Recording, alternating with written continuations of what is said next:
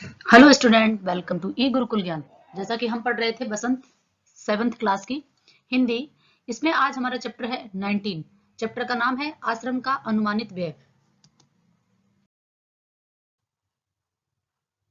इस चैप्टर में आज हम कठिन शब्दार्थ, क्वेश्चन आंसर और व्याख्या समझेंगे। अगर वीडियो अच्छी लगे तो लाइक करें और सब्सक्राइब कर दें। तो पढ़ते हैं अपने चैप्टर की तरफ। आरंभ में संस्था। आज हम इस चैप्टर में पढ़ने से पहले आपको बता दें कि जो चैप्टर है गांधी जी के बारे में, जो उन्होंने अपना आश्रम बनाया था साबरमती आश्रम, उस आश्रम का व्यय, अनुमानित व्यय, उसको आज हम पढ़ने जा रहे हैं। हम क्यों पढ़ने जा रहे हैं? क्योंकि सिर्फ हम आश्रम में ही नहीं, एक घर, एक देश, एक राज्य, कहीं पर भी हम रहते हैं, वहां का एक एवरेज, एक लगभग लमसम डाटा जैसे कहते हैं ना, कि वो हमें तैयार करना पड़ता है। क्यों करना पड़ता है? क्योंकि हमारे पास जो आमदनी होती है, जो हमारे पास पैसे होते हैं या सोर्स ऑफ इनकम हमारे पास लिमिटेड होती हैं, उनसे ही हमें सारी चीज़ों को मैनेज करना पड़ता है। तो गांधी जी किस तरीके से अपने आश्रम में सारी चीज़ों की व्यवस्था करते हैं, वही आज हम देखेंगे और हमें बहुत कुछ सीखने को मिलेगा इस चैप्टर में, अपने रियल लाइफ में, जीवन में उतारने के लिए भी, कि हमें कैसे कैसे व्यवस्था करनी चाहिए। इसीलिए चैप्टर का नाम रखा है आश्रम का अनुमानित व्यय। भारत सरकार भी यही करती है, या किसी भी देश की सरकार जो है वो ऐसे ही अनुमानित डाटा रखती है, जैसे 5 ईयर प्लान्स कि हमें इतना करना है, फिर वो हमने अचीव कर पाया कि नहीं कर पाया, उस पर हम फॉलो करते हैं। कई बार इतना अचीव कर लेते हैं, उससे कम रह जाता है या फिर उससे आगे भी निकल सकता है। तो चैप्टर पढ़ते हैं। आरंभ में संस्था। आरंभ में संस्था मतलब साबरमती आश्रम। 40 लोग होंगे, मतलब जब ये बना था तो लगभग 40 लोग थे। कुछ समय में इस संख्या की 50 हो जाने की संभावना है। मतलब अभी 40 है, लेकिन जब कोई चीज बनती है उसके बाद, जैसे यूएन बना था तो 51 सदस्य थे, वर्तमान में 193 है। तो ऐसे धीरे धीरे क्या सदस्य बढ़ते जाते हैं। हर महीने औसतन 10 अतिथियों की आने की संभावना है। लगभग हर महीने 10 अतिथि आ जाएंगे। इनमें 3 या 5 सा परिवार होंगे, मतलब कोई 3 या 5 परिवार ऐसे होंगे जो पूरे परिवार के साथ होंगे। इसलिए स्थान की व्यवस्था होनी चाहिए। अब कई लोग आएंगे आपके पास, जैसे हमारे घर में कुछ भी हम बर्थडे सेलिब्रेट करते हैं, कुछ भी करते हैं, तो हम व्यवस्था रखते हैं, इतनी चेयर चाहिए, इतना वो चाहिए, क्योंकि हम इतने लोग बुला रहे हैं। तो गांधी जी भी कह रहे हैं उसी तरीके से कि अगर सब परिवार लोग आ रहे हैं, लगभग 10 अतिथि आ जाएंगे, तो उनके रहने की व्यवस्था होनी चाहिए, और परिवार वाले अलग से रह सके उनके लिए अलग।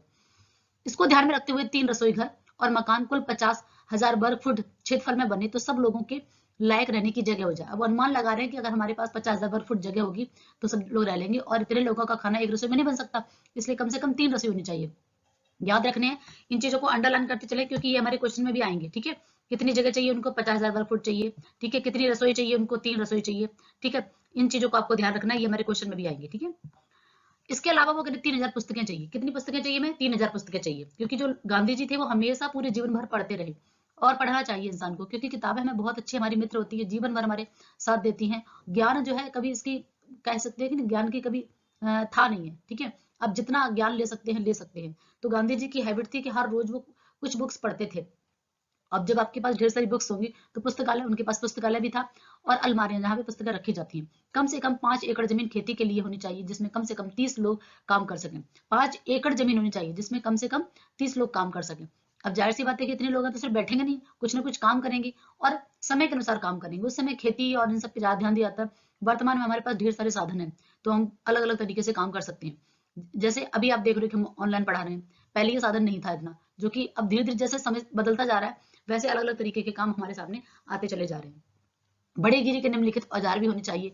5 बड़े हथौड़े, 3 वसूले, 5, यानी कि जो बढ़ई, जिसे हम कारपेंटर बोलते हैं, ठीक है, उनके जो सामान जिससे वो बनाते हैं, जैसे लकड़ी से उन्होंने कुछ भी बनाया, तो उनके पास उनके हथियार होने चाहिए, औजार होने चाहिए। वो औजार जो है जिसमें से बता रहे हथौड़े हैं, वसूले हैं, ये सारी चीजें ब्रैकेट में दिया हुआ है एक कॉलम में।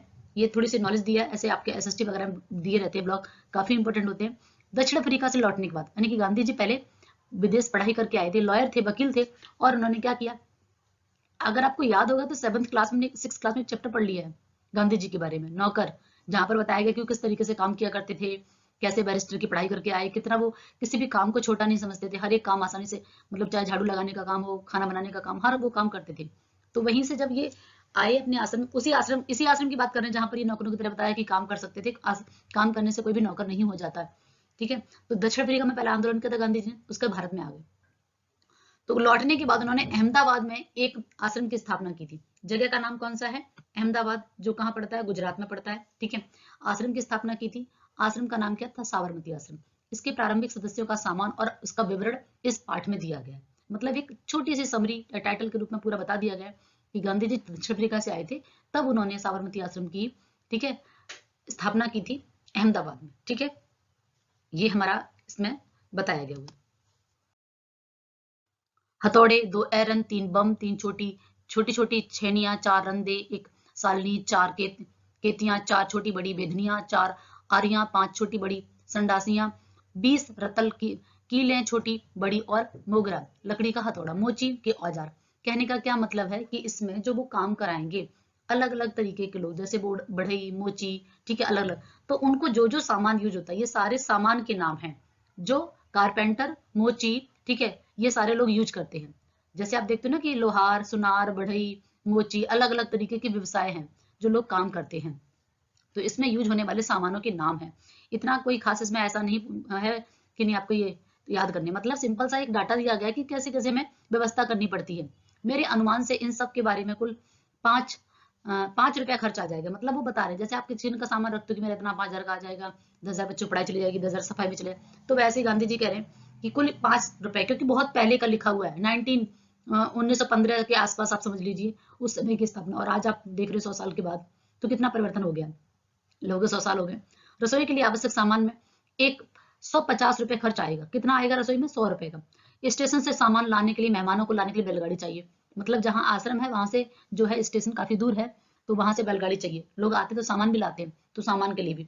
मैं खाने का खर्च 10 रुपए मासिक प्रति व्यक्ति लगाता हूँ, ठीक है। जैसे एक व्यक्ति की आय कितनी होनी चाहिए प्रति व्यक्ति, तो वो बता रहे हैं कि लगभग 10 रुपए मानता हूं मैं कि एक व्यक्ति, क्योंकि उस समय का लिखा हुआ है।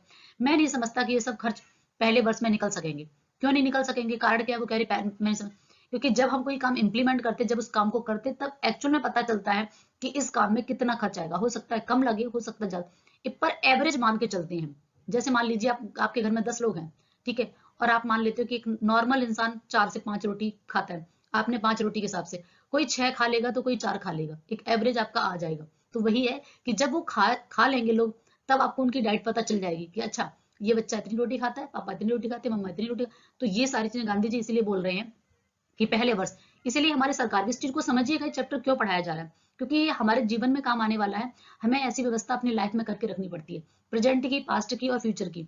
5 ईयर प्लान जैसे अभी वर्तमान में लागू हो गया, ठीक है, मतलब एक अभी तो उसकी जगह, ठीक है, नीति आयोग आ गया है, तो आप देखते हो कि सरकार क्या करती है, आगे वाले समय का डाटा तैयार करती है, और अभी जो चल रहा है उसका पहले ही तैयार कर चुकी है, और पुराना जो कर चुके हैं उसमें हमने अपना फिर से निकालते हैं, उसकी रिसर्च करते हैं कि हमें कितना नुकसान हुआ, कितना फायदा हुआ, कहाँ पे कितना हमें करना चाहिए था। ये चलता रहता है, यही हमारे घर की स्थिति होती है। हम कुछ सेविंग करते हैं, कुछ अपना करंट में रखते हैं अकाउंट, कुछ अपना घर के खर्चों में रखते हैं, कुछ अकस्मात खर्चे आ जाते हैं, तो हमें वो व्यवस्था बना के रखनी पड़ती है, इसीलिए ऐसा बताया गया।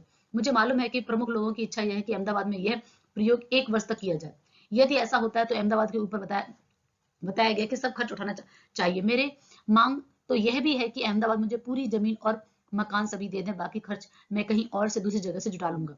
अब चूंकि विचार बदल गया, इसलिए ऐसा लगता है कि 1 वर्ष का। अब गांधी जी क्या बता रहे हैं, क्योंकि जब भी हम कोई भी ऐसे संस्था बनाते, कुछ भी करते हैं, तो सरकार की परमिशन लेनी पड़ती है, ठीक है। या तो आप उसे चैरिटी के द्वारा, ठीक है, कुछ सार्वजनिक लोगों से धन लेकर कुछ इस तरीके से ऐसे करके आप उसे बना सकते हो, या सरकार आपको दे, या फिर आप निजी तरीके से बना सकते हो।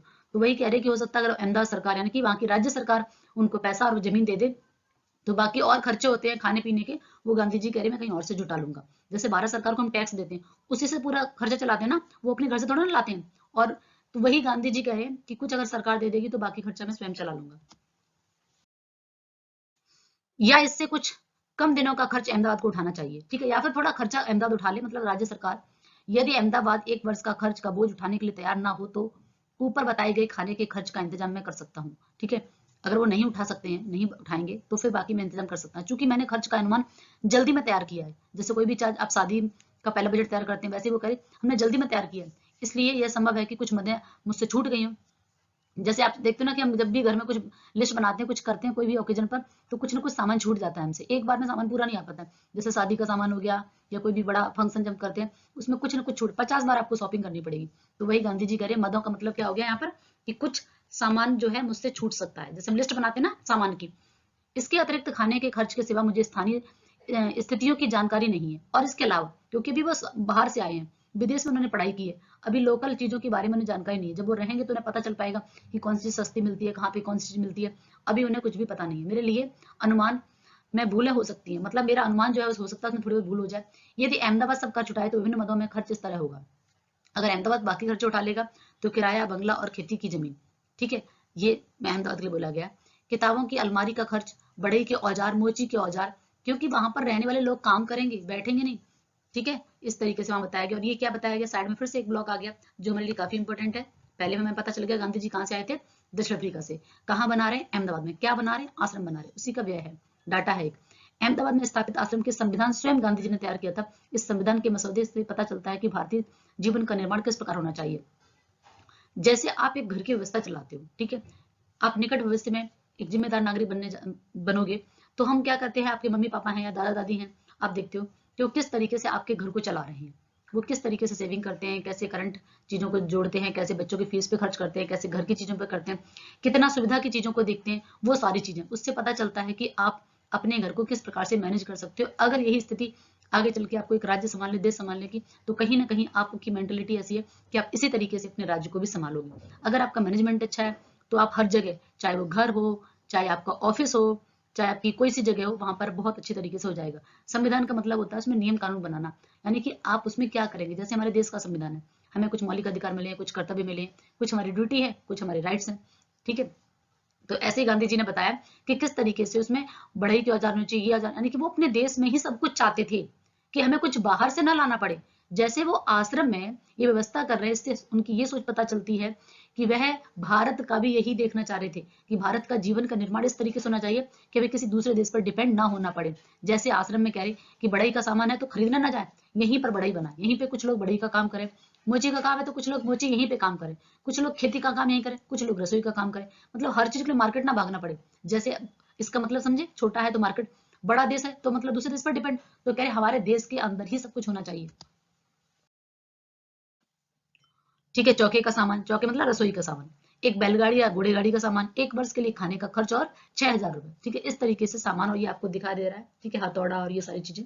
मेरा ख्याल है कि हमें लोहार, ठीक है, अब यहाँ पर क्या हो गया, लोहार, क्योंकि भाई औजार बनाने के लिए काम तो करेगा बढ़ई, लेकिन बनाएगा कौन, लोहार। ठीक है, राजमिस्त्री कौन होता है, जो मकान बनाता है।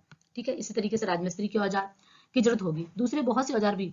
किंतु इन सबके हिसाब में मैंने खर्च और शिक्षण संबंधी, क्योंकि वो पढ़ाने, अब ऐसा नहीं कि सिर्फ खेती बाड़ी करेंगे, सिर्फ बड़े ही और वो नहीं, पढ़ना भी है, पढ़ने का सामान शामिल नहीं किया। वो करे कुछ सामान मैंने जो डाटा इकट्ठा किया, जो पैसा इकट्ठा किया, उसमें इतना नहीं है। शिक्षण के सामान में 5-6 देसी हथकरघे की आवश्यकता होगी, हाथ से बनाए हुए सामान। ठीक है, जो हाथ हैंडीक्राफ्ट जैसे बोल सकते हो कि हाथ से, उनको बताया उन्होंने। इस तरीके से हमारा ये चैप्टर जो था वो कंप्लीट हो गया।